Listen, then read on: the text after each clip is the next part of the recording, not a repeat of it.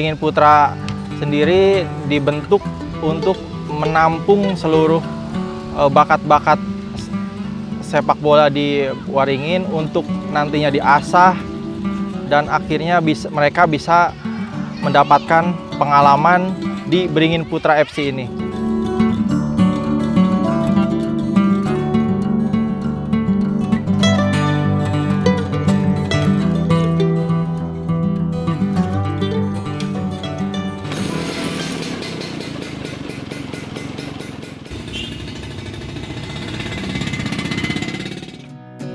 Halo, saya Eri Arianto, manajer dari Beringin Putra FC.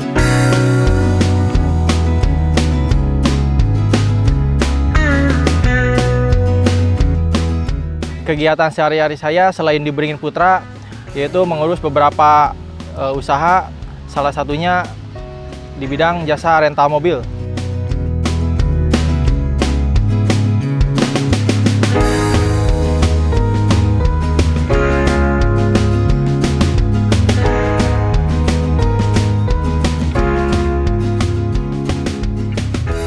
Beringin Putra didirikan pada tahun 1983. Waktu itu pada angkatannya Pak Dedi Pribadi yang sekarang menjadi penasehat di Beringin Putra, sekaligus sekarang beliau masih aktif di Matchcom PSSI Askab Majalengka.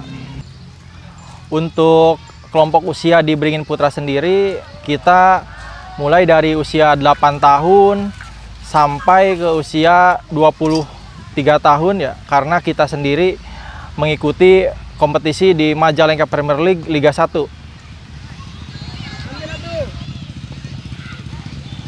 Untuk jadwal latihan, kita ada di hari Selasa sore, Kamis sore, dan Minggu pagi di luar jadwal kompetisi ya, kalau untuk hari Minggu gitu.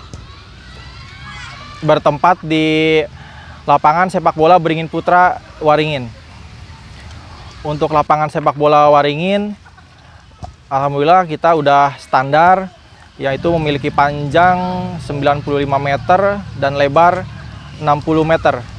Untuk bergabung di Beringin Putra FC, teman-teman bisa hubungi via Instagram di @beringinputrafc atau bisa datang langsung ke sini di saat hari-hari latihan, yaitu Selasa sore atau Kamis sore, atau bisa juga pas jadwal sparring yang biasanya kita adakan sparring itu hari Minggu sore gitu.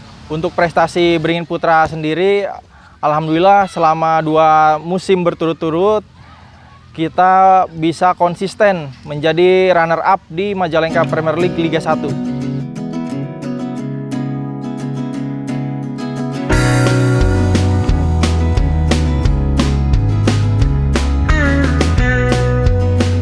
Hambatan di MJL kemarin usia 15 sebenarnya lebih ke apa ya? Ya karena ini tahun pertama, jadi anak-anak tuh seperti yang belum siap mental gitu, kayak kebugaran, cedera gitu. Terus cederanya juga bukan cedera yang wajar pemain sepak bola gitu, kayak kalau misalnya pemain senior kan mereka cedera saat latihan, saat match gitu. Nah kalau anak-anak ya, anak-anak cederanya tuh waktu main sepedahan gitu, kayak main bola di bukan tempatnya gitu, nggak pakai sepatu atau apalah, akhirnya cedera. Nanti pas hari H match ya akhirnya mereka nggak bisa ikut gitu. Terus ada juga waktu pekan-pekan awal bentrok sama study tour gitu. Ya itu sih hambatannya kalau untuk usia 15 kemarin. Kalau untuk pemain, kita sendiri memaksimalkan bakat-bakat yang ada. Jadi sama sekali tidak ada tambahan dari klub lain ya, atau transfer lah istilahnya gitu. Kita benar-benar memaksimalkan SSB yang ada di sini, karena memang tujuan kita, targetnya bukan untuk mencari prestasi atau misalkan ini ya, kita untuk 1 tahun pertama ini lebih ke mengasah mental lah, lebih ke mengasah mental mereka, bagaimana sih caranya bermain di suatu kompetisi yang ketat gitu.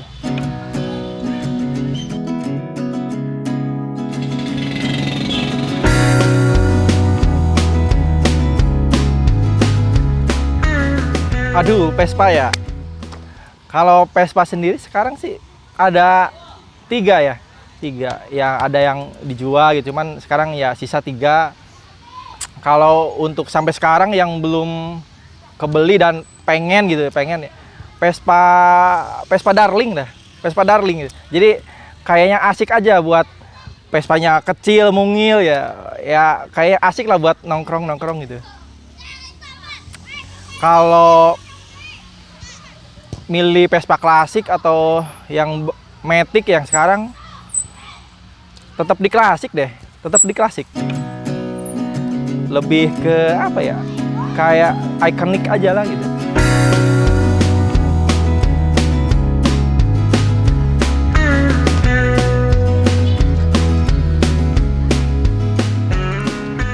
Persiapan Beringin Putra FC untuk MPL musim 2024, paling kita mempertahankan kerangka yang di musim kemarin karena udah kelihatan ya udah solid lah gitu.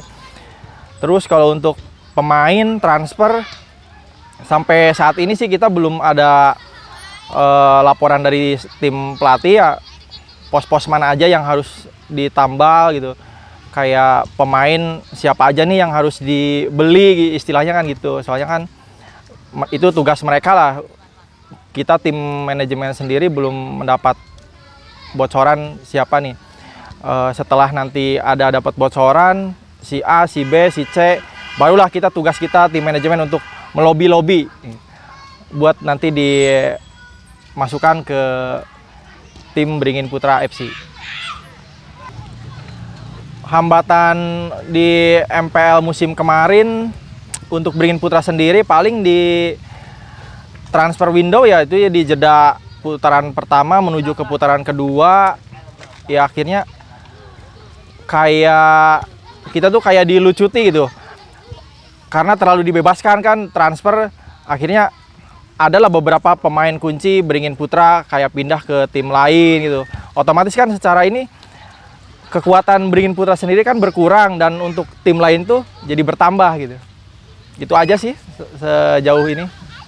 Untuk target jangka pendek kita sih setelah 2 musim berturut-turut runner up lagi ya di MPL ya, untuk jarak dekat ini target kita juara lah untuk musim 2024 MPL juara.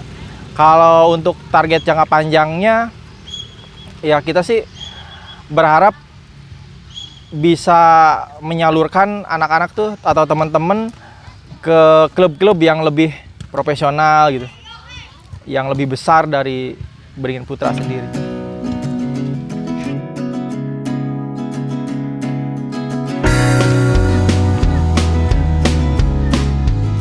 Untuk sponsor Beringin Putra, alhamdulillah beberapa pengusaha di Desa Waringin support kita. Ada yang di kaos, di pinggir lapang gitu, dan semuanya kita pakai sistem kontrak per 1 tahun. Dan kita juga hubungan sama sponsor tidak selesai di 1 tahun loh ya. Jadi ketika sponsor tersebut membutuhkan tenaga kerja gitu, kita bisa menyalurkan ini nih teman-teman dari Beringin Putra gitu butuh pekerjaan gitu atau apa. Misal contoh kecil kayak Dewok gitu ya, dia butuh tenaga kerja ya, jadi kan tidak usah mencari karyawan dari luar wilayah, bisa memanfaatkan ada nih anak-anak Beringin Putra ini yang butuh pekerjaan gitu. Jadi kita saling sinkron lah, kayak misalkan ada dari Ahas, itu bengkel resmi Honda, kebetulan kan pemain banyak yang sekolah di STM, jadi kan nyambung lah gitu ya, dari sekolahnya di mekanik, terus ketika keluar sekolah nanti ya mereka tidak usah susah-susah untuk mencari pekerjaan, bisa lah kita salurkan ke Ahas gitu. Ya seperti itu sih konsep kita di Beringin Putra gitu. Jadi bukan hanya sekedar main bola selesai gitu. Jadi untuk jangka panjang benar-benar sampai ke nanti jenjang ke pekerjaan gitu. Mudah-mudahan bisa saling saling sinkron lah gitu ya, antara sponsor dan para pemain, teman-teman seperti itu.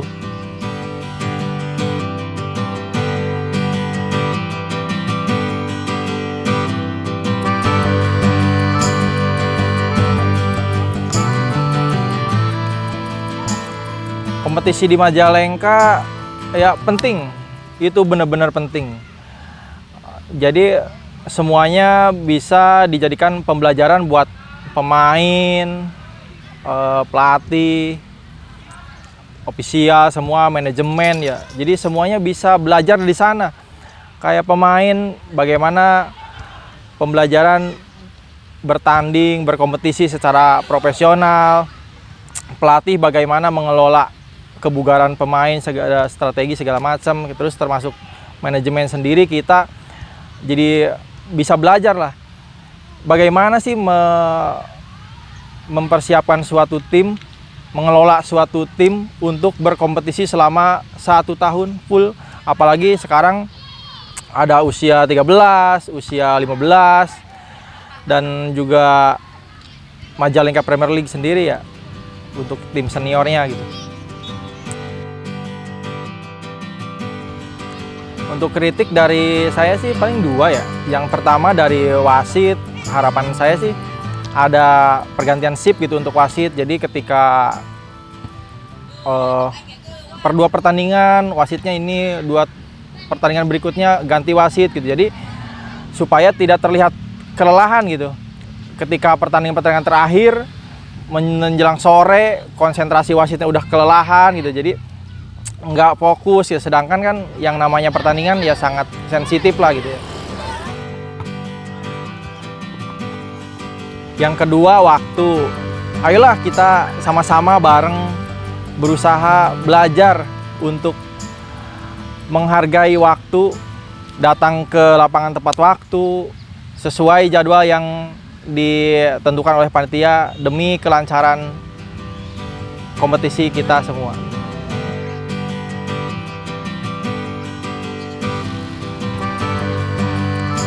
Mari terus berproses, insya Allah Majalengka menjadi barometer sepak bola Indonesia. Bravo sepak bola Majalengka.